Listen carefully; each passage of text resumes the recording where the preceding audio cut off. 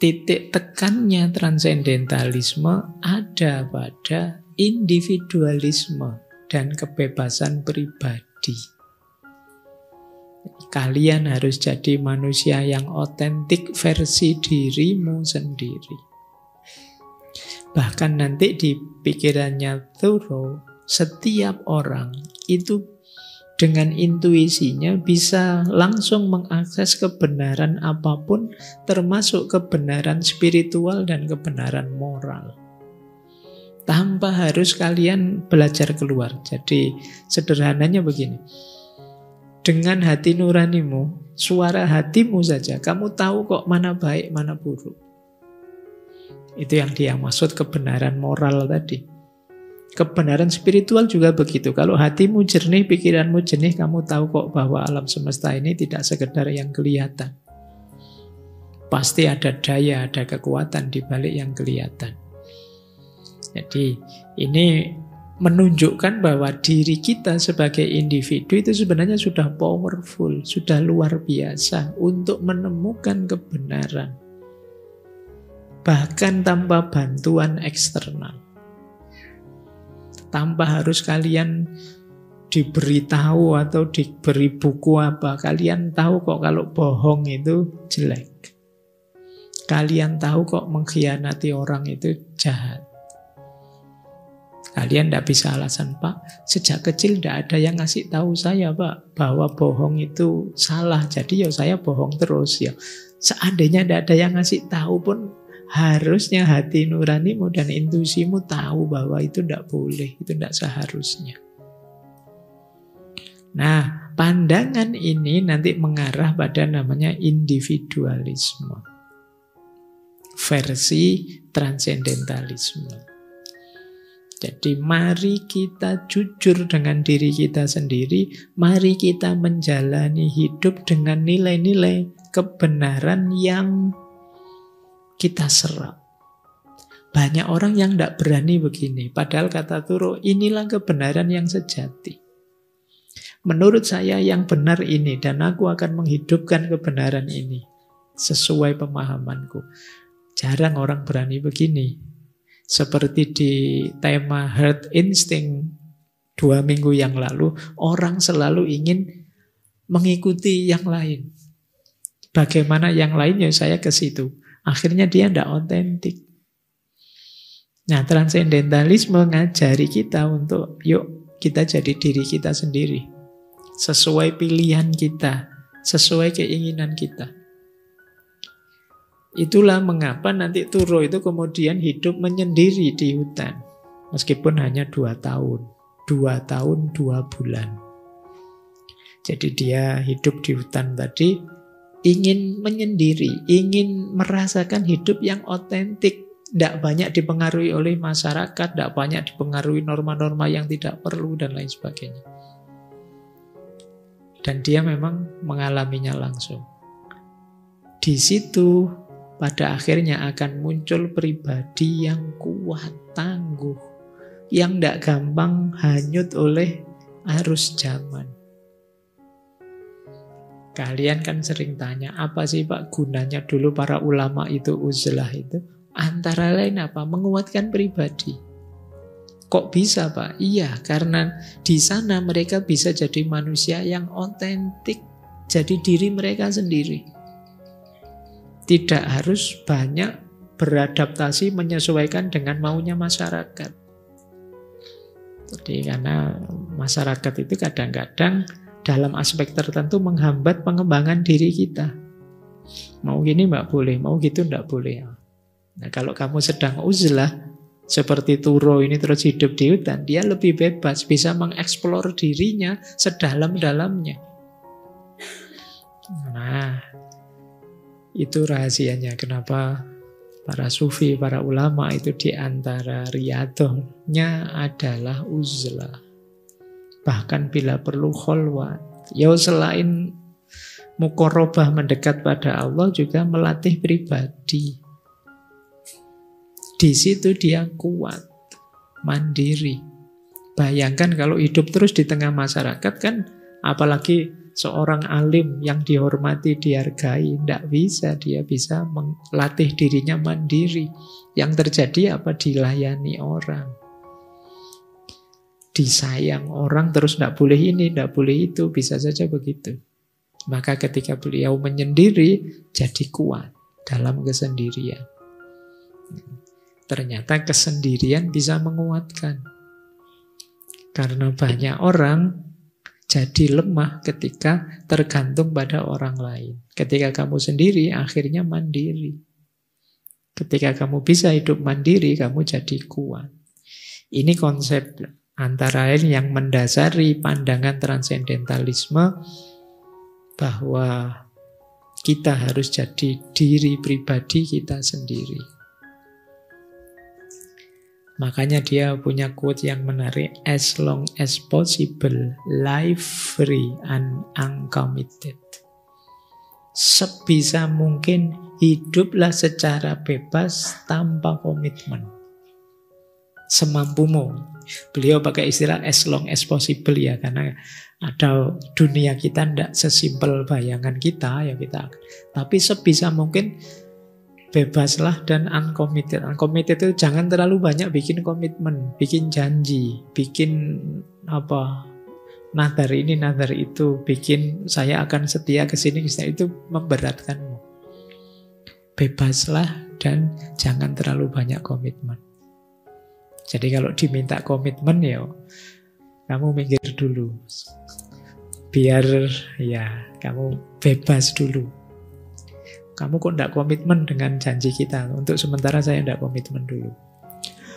Siapa tahu ada yang berubah, siapa tahu ada yang berkembang, siapa tahu. Makanya uncommitted. Kita tidak tahu yang terjadi besok apa. Misalnya kalian komitmen, aku akan selalu di sisimu. Kalau tiba-tiba dapat beasiswa ke luar negeri kan eman-eman. Nanti kamu dimarahi, mana komitmenmu, kan tidak enak. Jadi sebisa mungkin bebas dulu sampai dirimu kuat terbentuk. Maka as long as possible, live free and uncommitted.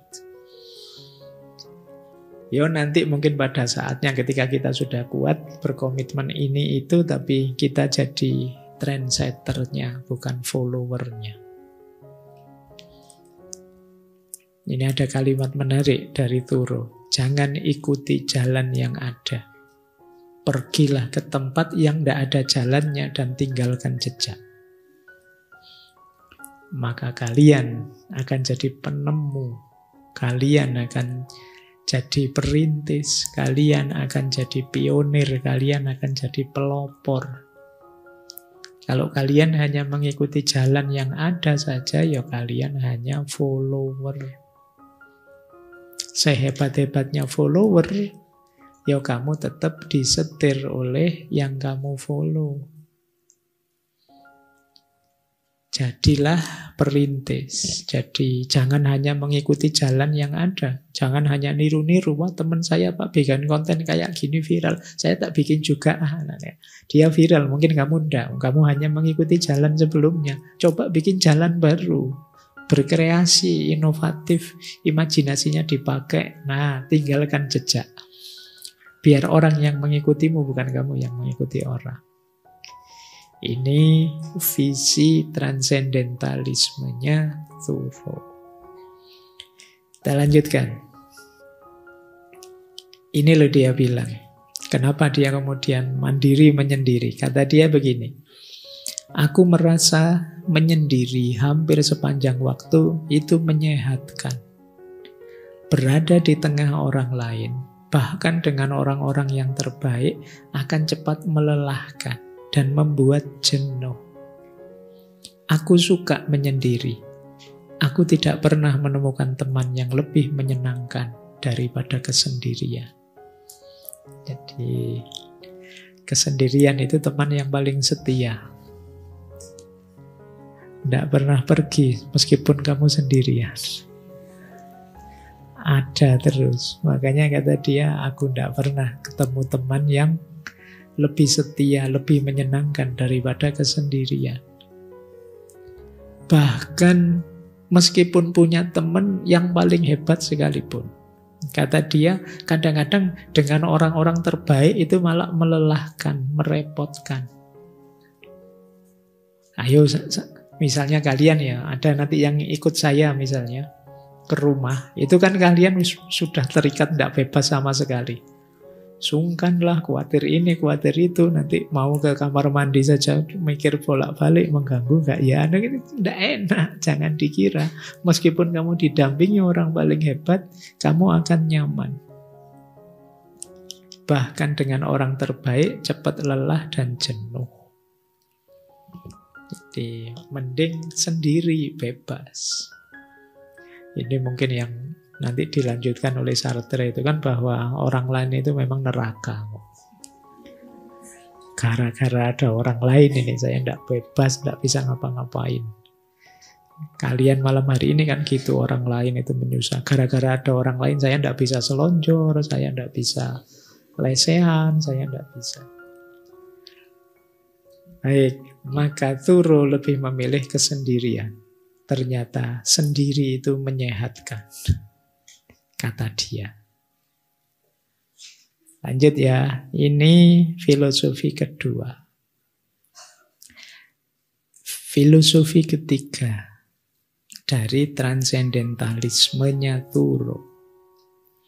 Dia menolak materialisme dan konsumerisme. Kalau ini mungkin relevan ya dengan hidup kita. Dulu pernah kita bahas di Simple Life, hidup yang sederhana saja.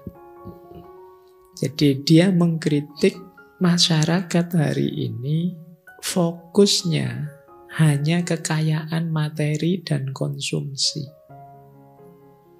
Sebagian besar isi pikiranmu hari ini mungkin ya, Pak, setelah kuliah kan saya harus kerja, setelah itu nikah, setelah itu memenuhi kebutuhan beli rumah, beli mobil. Dan sejarah hidupmu selesai dengan konsumsi. Puncak capaianmu adalah punya rumah, punya mobil, menyekolahkan anak sukses di sekitar itu. Dan itu dikritik oleh Thoreau. Kata dia, hidup kok hanya fokus ke materi dan konsumsi. Padahal bahagia itu terletak dalam kesederhanaan dan keseimbangan dengan alam. Jadi kenapa sih kok orang itu selalu orientasinya ke materi? Padahal materi itu kan hakikatnya hanya mengantarkan pada kebahagiaan. Kita justru berhenti di materinya, tidak lanjut ke kebahagiaannya. Akhirnya kita fokus mengumpulkan materi, fokus mengumpulkan uang, tanpa kita sadar gunanya uang untuk apa. Karena ketakutan-ketakutan kita mungkin akan masa depan lah, akan besok dan lain sebagainya. Ini yang dikritik oleh Thoreau. Kita hidup hanya konsumtif saja, tidak kreatif, tidak produktif. Kenapa begitu? Ya karena sejak awal kita ternyata tadi loh, kita tidak mandiri, kita follower saja. Follower itu ya hanya mengkonsumsi yang dihasilkan oleh yang dia ikuti. Ya kalau seperti ini ya tidak mungkin mandiri. Karena kita tergantung pada yang lain. Itulah kenapa dia nanti prihatin, dia bilang begini, sebagian besar kemewahan dan kenyamanan hidup itu sebenarnya tidak hanya bisa diabaikan, tapi ternyata juga hambatan nyata bagi peningkatan derajat umat manusia. Jadi ini yang banyak menghalangi kita untuk maju, untuk meningkat martabatnya manusia. Karena manusia apalagi hari ini hanya berhenti di materi. Iya, materi itu penting dalam hidup, tapi jangan berhenti di situ. Hidup kita luas, hidup kita kompleks. Tidak sekedar kenikmatan panca indera yang harus kita kejar. Kita mungkin perlu kenikmatan hati, kenikmatan pikiran, kenikmatan spiritual. Yang itu bisa diantarkan oleh materi, tapi tidak bisa hanya materi saja. Itulah kenapa istilahnya transendentalisme. Jadi melampaui pengalaman konkret, pengalaman nyata yang biasa. Kita masuk ke makna yang lebih dalam. Baik. Nah, ini rumus dari beliau. Sederhanakan hidupmu. Jangan buang waktu bertahun-tahun untuk berjuang demi hal-hal yang tidak penting. Jangan membebani dirimu dengan kepemilikan.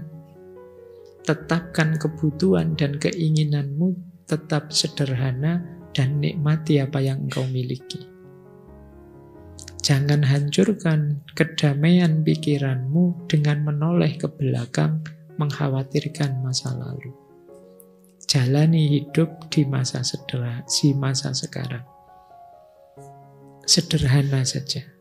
Nah, jadi ayo hidup sederhana saja. Jangan berlebihan juga jangan kurang. Jangan dikira sederhana itu berkekurangan. Enggak. Orang Jawa menyebutnya sakmadyo. Secukupnya saja. Kalau 1 gelas cukup, kenapa sih 2 gelas? Nah, itu namanya tidak sakmadyo. Ayo sakmadyo. Kalau baju 5 cukup, kenapa baju kita kok 10, 20? Ini namanya tidak sakmadyo. Biasanya berlebihan itu menyusahkan, kurang juga menyusahkan. Makanya di banyak teori etik disebut bahagia itu ada di pas saja. Tidak kurang, tidak lebih.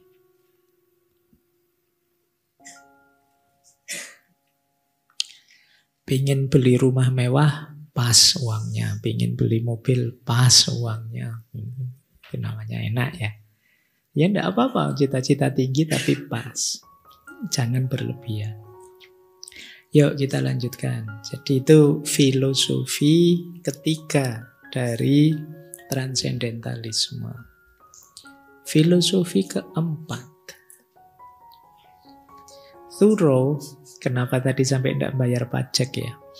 Dia nulis buku judulnya Civil Disobedience. Jangan salah, pikiran-pikirannya Thoreau itu nanti yang banyak mempengaruhi. Dulu kita pernah belajar Martin Luther King Jr. termasuk Mahatma Gandhi. Dari aspek moralitasnya. Jadi kata dia, setiap individu punya hak dan kewajiban menentang ketidakadilan. Bahkan jika itu harus menentang hukum. Kalau hukumnya tidak adil, ya kenapa tidak harus ditentang. Jadi padahal tadi rasanya intuitif, lembut, tapi ya kalau sudah urusan moralitas tetap harus melawan. Kalau sudah urusan ketidakadilan, ya tetap harus protes. Kata Thoreau, hukum moral itu lebih tinggi daripada hukum buatan manusia. Hukum moral itu apa? Hukum yang berdasarkan hati nurani tadi. Kadang-kadang hukum formal yang buatan manusia itu berlawanan dengan hati nurani. Dalam kasus seperti ini menangkan hati nurani. Itu versinya Thoreau. Kan sering kita dengar kasus-kasus yang kok rasanya tidak tega ya. Hukumnya sih memang begitu.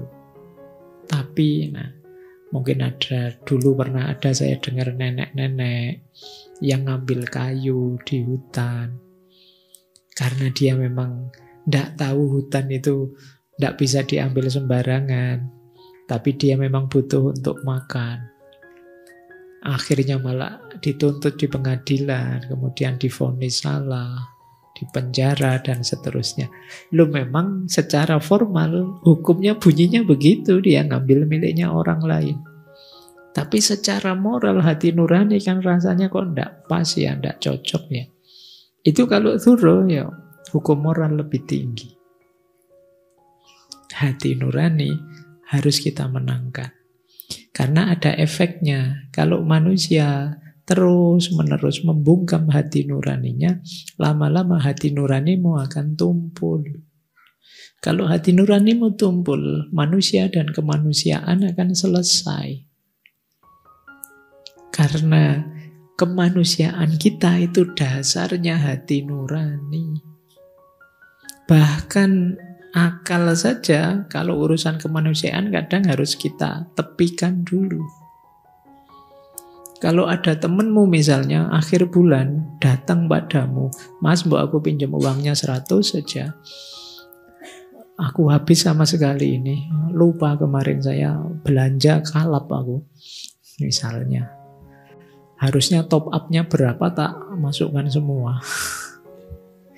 Duit kuntai akhirnya ini. Bulannya masih awal, ini baru tanggal 2. Wah, aku pinjam lah buat makan. Itu kalau pakai akalmu, mesti akalmu akan bilang, enak aja pinjam-pinjam, siapa kamu? Bukan saudara, bukan anak, pacar juga bukan misalnya. Kemudian salahmu sendiri, uangmu kamu habis-habiskan, kok malah aku yang sekarang. Secara rasional begitu memang jawabannya. Tapi kalau majumu tidak pakai akal, pakai hati nurani, jawabannya bisa beda. Jadi itu gunanya suara hati atau hukum moral tadi dalam transendentalisme. Intuisi dan hati nurani bisa menangkap, tidak pas ini, tidak adil rasanya. Nah, makanya dalam hukum itu ada istilah rasa keadilan. Rasa keadilan ini penting juga jadi pertimbangan selain formalitas hukum. Jadi bila perlu melawan. Di antara latihan yang diajarkan oleh Thoreau ya melawan kalau ada ketidakadilan. Kata beliau menarik. Ketidakpatuhan adalah dasar dari kebebasan yang sejati. Orang yang hanya bisa patuh pasti pada akhirnya jadi budak nanti. Itu kuat ya. Ini jangan kamu bawa ke kampus. Nanti kamu dimarahi dosenmu, dimarahi di kampus. Kok enggak pernah masuk? Kamu diperintah enggak patuh, diberi tugas enggak jalan. Wah, saya ikut Thoreau, Pak. Kata Thoreau, ketidakpatuhan itu dasar kebebasan yang sejati. Yo, sederhananya gini loh, kalau mentalmu hanya kamu latih untuk patuh saja, menerima saja, ya tentu saja kamu tidak jadi dirimu sendiri karena kamu hanya diatur dan diarahkan oleh orang lain. Pada akhirnya ya persis kamu akan jadi budak. Jangan salah, Thoreau ini termasuk pejuang abolisi pada eranya abolisi itu pembebasan para budak pada zamannya. Jadi dia sangat keras menyuarakan pembebasan para budak. Bahkan beliau ini sering diam-diam membantu budak yang mau melarikan diri. Kalau diceritanya sih dengan cara dibelikan tiket kereta terus biar minggat kemana, biar tidak jadi budak lagi. Karena Eropa era itu masih melegalkan perbudakan. Jadi kalau ada orang kritik, wah Islam zaman dulu membolehkan perbudakan. Ya bahkan Eropa sampai era modern juga masih ada perbudakan. Ya meskipun kemudian dihapuskan, zamannya memang begitu. Dan Thoreau ini termasuk yang sangat keras menyuarakan anti perbudakan. Jadi beliau nulis buku yang judulnya Slavery, saya lupa terus, in Massachusetts. Beliau kan lahir dari sana. Beliau sering melihat budak yang disiksa oleh tuannya. Nah, di antara imbasnya pengalaman itu beliau menyebut, kita harus punya power untuk resisten, untuk melawan kalau ada ketidakadilan. Kita harus mampu untuk tidak patuh kalau itu memang tidak cocok, tidak sesuai dengan nurani kita. Karena orang yang hanya bisa patuh pasti akan jadi budak. Kemampuanmu harus lengkap. Kalian harus bisa iya juga bisa tidak. Kalian patuh bisa kalau memang baik, tapi melawan juga bisa kalau itu negatif. Jangan hanya bisa patuh saja. Karena kalian akan jadi budak. Tapi juga jangan bisanya bantah saja. Patuh tidak bisa, ya kalian akan terpencil dari masyarakat. Kamu akan terasing dari zamanmu. Dua-duanya harus bisa. Patuh bisa, membantah juga bisa. Tapi yang dibantah hal-hal yang negatif, yang tidak sesuai dengan hati nurani kita. Lanjut, makanya dia bilang, aku tidak dilahirkan untuk disiksa. Aku akan bernafas dengan caraku sendiri. Mari kita lihat siapa yang lebih kuat. Jadi ini dia semacam mengkritik orang-orang yang ngatur-ngatur, mengarah-arahkan, mendominasi, menghegemoni hidup kita. Sehingga kita jatuhnya tadi tidak bebas. Oleh Thoreau kita diarahkan, jadilah dirimu sendiri. Bernafaslah sesuai caramu. Nanti dilihat kuat-kuatan, yang lain juga sesuai caranya. Nanti kita lihat siapa yang lebih kuat. Jadi ini arahnya ke kebebasan moral tadi. Jadi ini sebelum ke tema utama kita. Nah, dia melihat begini, kebanyakan manusia menjalani hidup dengan keputusasaan diam-diam. Apa yang disebut kepasrahan adalah keputusasaan yang nyata. Jadi ini juga mengkritik yang serba patuh, serba pasrah. Pasrah didefinisikan oleh Thoreau sebagai putus asa diam-diam. Kalau kamu bilang, saya tidak putus asa Pak, tapi saya pasrah sajalah, apa yang terjadi sama saja. Itu namanya putus asa. Tidak mau berjuang lagi. Kata dia, banyak orang begitu. Hakikatnya dia males berjuang, kemudian pakai argumen pasrah, pakai alasan takdir, padune males. Nanti Pak, bukankah hidup ini segalanya sudah ditentukan oleh Allah? Iya, segalanya sudah ditentukan oleh Allah. Tapi kan kita tidak tahu ketentuan Allah untuk diri kita itu apa. Tapi kan memang kamu sengaja menafsirkan diktum itu untuk alasanmu, kamu males. Saya ngapain Pak belajar capek-capek, ngapain saya kerja keras, ngapain mbok pasrah saja, kan Allah yang ngatur. Loh, Allah tidak akan turun tangan kalau kamu tidak bergerak dulu. Jadi kan itu kan ayatnya yang sering kamu kutip itu loh. Innallaha la yughayyiru ma biqaumin. Jadi Allah tidak akan mengubahnya sebelum kamu berikhtiar untuk mengubahnya lebih dulu. Ya kalau kamu diem saja tidak ada yang berubah. Kamu nunggu saja, Allah ya bingung loh, kamu menang wae mungkin sudah puas. Ya sudah. Geraklah untuk mengubah, nanti Allah akan yuhayyir. Kalau kamu tidak mengubah, ya tidak akan ada yang berubah.